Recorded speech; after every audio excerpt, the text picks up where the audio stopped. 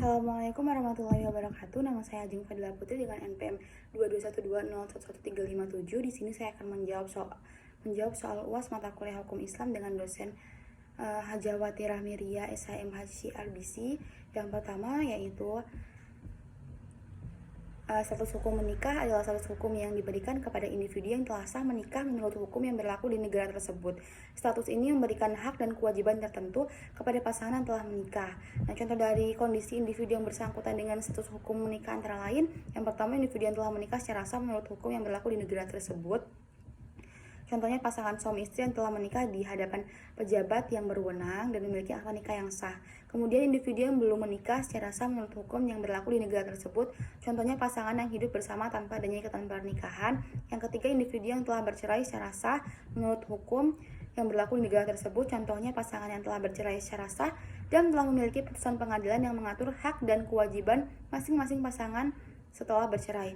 Yang keempat, individu yang telah menjadi janda atau duda karena pasangannya meninggal dunia. Misalnya pasangan yang telah kehilangan pasangannya karena pasangannya meninggal dunia dan telah memiliki akta kelahiran yang sah, akta kematian yang sah.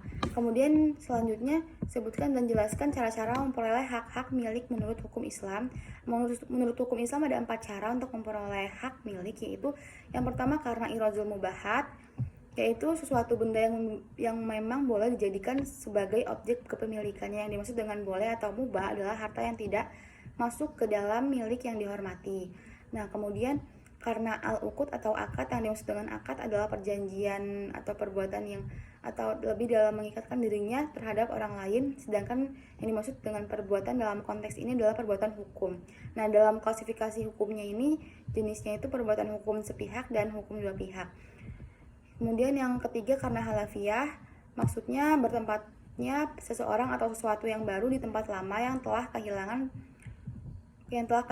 Kemudian karena al-tawaludu minal mamluk, disebabkan merupakan hak yang tidak dapat diganggu gugat. Kemudian yang ketiga, sebutkan dan menjelaskan tujuan aktivitas ekonomi dalam Islam. Adapun tujuan-tujuan melakukan aktivitas ekonomi yang dibenarkan dalam pandangan Islam adalah agar kita bisa memenuhi kebutuhan baik hidup pribadi maupun berkeluarga bagi yang sudah berkeluarga. Selain itu, Islam juga selalu menganjurkan kepada umatnya untuk memikirkan kehidupan yang akan datang. Artinya dari hasil yang kita dapatkan itu sebagian itu harus ditabungkan. Kemudian kita juga dapat diwajibkan untuk menyisihkan sebagian yang kita miliki untuk menolong saudara-saudara kita yang membutuhkan. Jelaskan yang Anda ketahui tentang hukum perikatan Islam. Hukum perikatan Islam adalah bagian dari hukum Islam yang mengatur tentang perjanjian atau kesepakatan antara dua pihak atau lebih yang dilakukan dengan memenuhi syarat-syarat tertentu. Dasar-dasar perikatan itu terdiri dari Al-Quran dan hadis. Perikatan dalam Al-Quran dalam hukum Islam dikenal dengan istilah iltizam atau akadun. Dan setidaknya ada 5 macam asas yang harus ada dalam suatu perikatan, yaitu kebebasan, kebersamaan dan kesetaraan, keadilan, kerelaan, dan tertulis. Kemudian rukun dan syarat perikatan terdiri dari ijab kabul, mahal al-akad, al-akidah, maudu'ul akad. Dan berakhirnya suatu perikatan itu dapat disebabkan karena terpenuhnya tujuan perikatan, berakhirnya karena pembatalan putusan demi hukum, dan karena kematian dan tidak ada persetujuan. Kemudian soal yang kelima, jelaskan yang Anda ketahui terkait dengan hukum perceraian menurut Islam. Mengenai hukum perceraian menurut Islam, dalam Al-Quran tidak terdapat ayat-ayat yang menyuruh atau melarang perceraian, sedangkan untuk perkawinan itu ada yang menyuruh melakukannya. Meskipun tidak ada ayat-ayat Al-Quran yang menyuruh atau melakukan perceraian yang mengandung arti hukumnya mubah atau boleh, namun perceraian itu termasuk perbuatan yang tidak disenangi oleh Nabi, karena perceraian mengandung arti hukumnya itu makruh atau tercela. Dasar hukumnya yaitu sabda Nabi Rasulullah SAW dalam hadis riwayat Abu Dawud dan Ibnu Majah.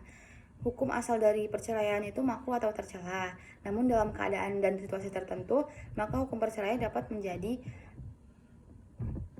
nadab atau sunnah, yaitu apabila rumah tangga sudah tidak dapat dilanjutkan, kemudian mubah atau boleh saja dilakukan bila memang perlu terjadi perceraian dan tidak ada pihak-pihak yang dirugikan. Kemudian wajib atau mesti dilakukan, yaitu apabila jika talak dilakukan oleh pihak yang berwenang penengah atau hakim. Kemudian haram, yaitu perceraian dilakukan dengan tanpa alasan sedangkan istri dalam keadaan suci atau haid yang dalam masa itu telah digauli. Demikian jawaban dari saya. Wassalamualaikum warahmatullahi wabarakatuh.